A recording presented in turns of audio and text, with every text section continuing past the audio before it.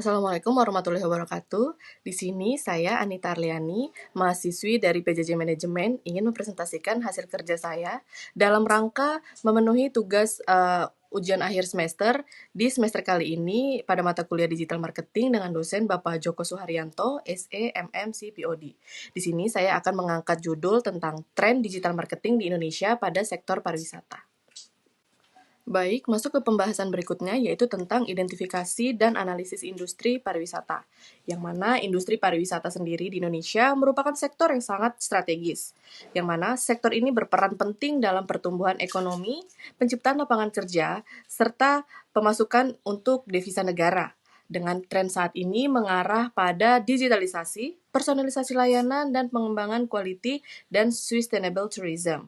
Yang mana analisis industri pariwisata saat ini yang pertama yaitu dari customer journey, yang mana tahapan yang dilalui pelanggan sejak pertama kali mengenal atau produk serta jasa, mempertimbangkan, lalu melakukan pembelian hingga menjadi pelanggan loyal dan memberikan rekomendasi.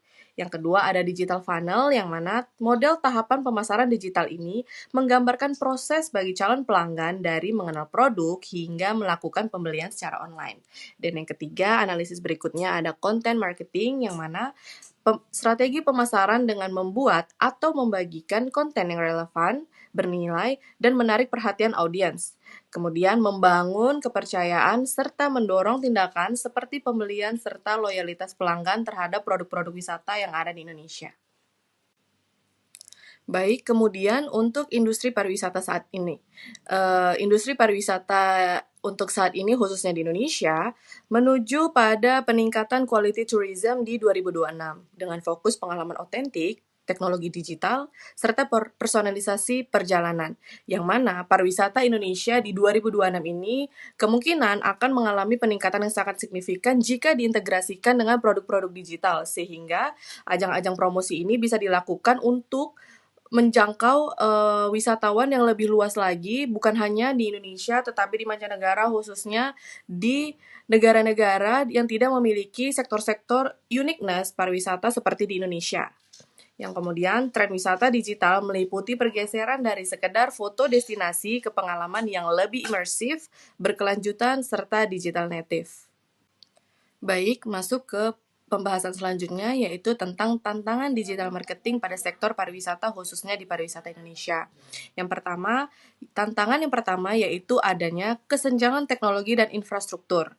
Akses internet dan perangkat belum merata di semua desa wisata. Karena pada dasarnya di era digitalisasi dan modernisasi saat ini, banyak dari para wisatawan itu tetap berliburan disertai dengan adanya deadline-deadline tertentu dari pekerjaan mereka, baik itu pekerjaan di kantor maupun dari bisnis-bisnis yang mereka jalani. Sehingga akses internet itu sangat dibutuhkan ketika mereka juga tetap berwisata, sehingga bisa tetap produktif dan juga bisa menikmati wisata yang ada di Indonesia. Kemudian, rendahnya literasi digital pelaku usaha, yang mana banyak pelaku UMKM pariwisata belum mampu memanfaatkan digital marketing secara maksimal. Sehingga untuk peningkatan UMKM pariwisata khususnya di daerah-daerah belum meningkat secara signifikan karena minimnya digitalisasi yang mereka miliki, sehingga mereka belum mampu mengoptimalisasikan produk-produk digital ini untuk diintegrasikan ke produk-produk pariwisata di UMKM di tiap-tiap daerah. Kemudian tantangan selanjutnya datang dari tingkat persaingan di platform digital, yang mana konten yang diproduksi itu harus lebih kreatif karena menghadapi algoritma media sosial yang terus berubah dan terus meningkat, sehingga kita dituntut untuk bisa membuat suatu konten yang memiliki nilai uniqueness, pembeda, dan juga segmentasi, sehingga promosi kita itu mampu langsung masuk ke segmen yang sudah kita tentukan. Baik, masuk ke pembahasan selanjutnya yaitu tentang peluang digital marketing pada sektor pariwisata di Indonesia. Adapun peluang yang dapat dimanfaatkan serta dioptimalisasikan, yang pertama, digitalisasi mempermudah promosi destinasi secara online. Yang kedua, ada domestic inbound dan juga outbound tourism meningkat di tahun 2025. Kemudian adanya penerapan teknologi AI atau Artificial Intelligence dan rekomendasi personalisasi meningkatkan engagement dan konversi. Dan yang terakhir, adanya penggunaan platform media besar yang menjadi peluang yang sangat tinggi di era digitalisasi seperti sekarang, yaitu adanya TikTok, Instagram, dan juga YouTube, yang mana platform-platform besar seperti saat ini itu bisa menjangkau audiens lebih luas, bukan hanya audiens yang ada di dalam negeri, tetapi bisa juga menjangkau lebih luas lagi ke audiens yang ada di luar negeri, yang mana di negara mereka tidak memiliki beberapa destinasi wisata, terutama wisata alam seperti yang ada di Indonesia. Oke, pembahasan selanjutnya yaitu tentang customer journey, yang mana pariwisata digital memiliki beberapa tahapan. Di sini saya akan menjelaskan tentang ada 5 tahapan dari customer journey khususnya pada pariwisata di Indonesia. Yang pertama ada awareness, yang mana calon wisatawan melihat destinasi melalui iklan digital, sosial media, maupun konten-konten influencer. Di sini banyak audiens itu bisa melihat dari blog pribadi atau konten-konten yang banyak tersedia di platform media sosial terkait dengan pariwisata apa yang ada di Indonesia. Yang kedua ada interest, yang mana mengeksplor konten detail destinasi, baik itu dari blog, dari video, dan juga dari review-review yang dilakukan oleh banyaknya konten-konten kreator, khususnya terkait dengan tempat-tempat atau pariwisata yang sedang hype apa di Indonesia. Kemudian adanya consideration, yang mana membandingkan destinasi atau layanan melalui ulasan dan rekomendasi digital, yang mana review-review atau ulasan yang banyak diberikan oleh para audiens terkait ke beberapa tempat wisata yang ada di Indonesia itu ternyata mampu untuk mengajak para audiens-audiens yang lain untuk berkunjung ataupun bisa membandingkan tempat wisata di tempat yang satu di tempat yang lainnya. Kemudian ada conversion, yang mana pemesanan via OTA atau website resmi dan juga aplikasi dengan pembayaran digital. Yang mana pariwisata di Indonesia untuk mendapatkan peningkatan audiens dari luar negeri maupun dari dalam negeri, sebaiknya para pelaku pariwisata di Indonesia ini harus mengintegrasikan layanannya dengan produk-produk digital yang ada, sehingga memudahkan para audiens untuk melakukan transaksi jika mereka ingin berkunjung ke pariwisata yang diinginkan. Dan yang terakhir ada retention, yang mana feedback, review online, share konten, dan juga pengalaman. Selanjutnya, di sini saya akan menjelaskan tentang digital funnel, yang mana ilustrasi funnel digital marketing itu terdiri dari 3. Yang pertama ada top of funnel atau TOFU, yang mana tahap awal dalam digital marketing ketika calon pelanggan itu pertama kali mengenal produk atau brand tertentu dari brand-brand pariwisata, dengan tujuan membangun awareness dan menarik perhatian audiens yang lebih luas. Yang kemudian ada mid funnel atau MOFU atau yang dikenal dengan engagement, yang mana tahap ini menjadi tahap tengah dalam digital marketing, di mana calon pelanggan mulai mempertimbangkan dan mengevaluasi produk-produk serta layanan-layanan dari produk pariwisata itu. Kemudian fokusnya adalah membangun engagement, edukasi, dan juga minat sebelum mereka melakukan pembelian produk-produk pariwisata tersebut. Dan yang terakhir ada bottom of funnel atau yang lebih dikenal dengan konversi, yang mana tahap akhir dalam digital marketing ini di mana calon pelanggan siap melakukan pembelian atau konversi. Fokusnya adalah mendorong tindakan nyata melalui penawaran khusus serta demo dan juga bukti-bukti sosial, yang mana bukti sosial itu mungkin seperti ulasan-ulasan yang mereka tuliskan sehingga bisa mengedukasi para audiens-audiens lain yang memang tertarik untuk menuju ke pariwisata tersebut. Baik, selanjutnya saya akan menjelaskan tentang dampak tren digital marketing pada pariwisata di Indonesia, yang mana dampak tren digital marketing itu terhadap bisnis pariwisata, yaitu peningkatan jangkauan pasar yang lebih luas, efisiensi biaya pemasaran, dan juga loyalitas dan customer retention.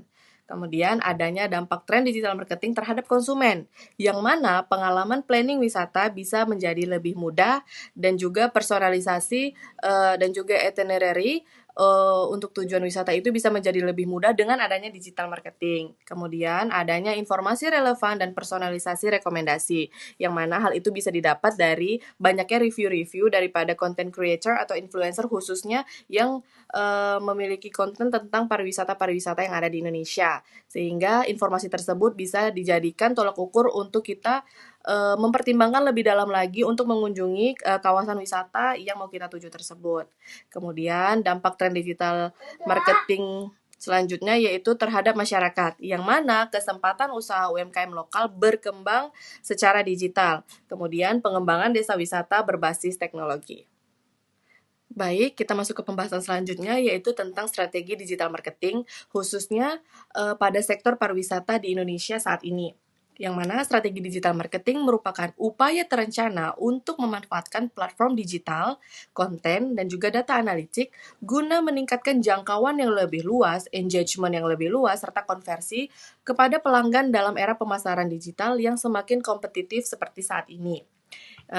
Adapun strategi digital yang pertama yaitu memperkuat kehadiran di media sosial utama, yang mana itu diartikan kita itu harus aktif serta konsisten menggunakan platform-platform populer, yaitu artinya kita harus aktif membuat konten, memberikan promosi-promosi di platform-platform media sosial besar seperti TikTok, Instagram, dan juga YouTube. Karena bisa kita katakan bahwa platform ini itu merupakan platform besar yang mana jangkauannya itu sangat luas sehingga kita bisa menjangkau audiens kita lebih luas lagi maupun ke audiens kita yang ingin kita capai di luar negeri. Yaitu dan juga untuk membangun brand awareness, berinteraksi dengan audiens dan juga meningkatkan engagement secara aktif. Kemudian strategi berikutnya itu ada kolaborasi dengan influencer travel dan juga content creator, yang mana kita itu membangun kolaborasi atau kerjasama dengan kreator atau konten-konten serta influencer yang memang mereka itu fokus ke bidang pariwisata. Mereka mengunjungi serta mereview, memberikan feedback-feedback positif ataupun feedback-feedback negatif sehingga memberikan banyak informasi kepada audiens luar yang memang mereka itu ada keinginan untuk mengunjungi tempat-tempat wisata tersebut. Kemudian bisa menjadi ajang promosi sekalian untuk destinasi dan juga layanan secara lebih menarik dan menjangkau audiens yang lebih luas. Kemudian strategi digital marketing berikutnya yaitu ada integrasi platform OTA dan juga digital payment, yang mana integrasi platform OTA dan juga digital payment merupakan proses pengintegrasian layanan wisata dengan agen perjalanan online dan juga sistem pembayaran digital seperti pemesanan tiket pesawat, pemesanan penginapan, baik itu hotel maupun villa-villa yang ada di daerah tujuan wisata tertentu, sehingga itu sangat mempermudahkan kita untuk melakukan proses pembayaran maupun proses pemesanan, sehingga pengintegrasian produk-produk wisata dengan produk-produk digital itu sangatlah penting, sehingga itu harus memang diadakan serta ditingkatkan lagi, sehingga untuk mempercepat dan juga aman bagi pelanggan. Baik, tiba di halaman terakhir yaitu tentang kesimpulan.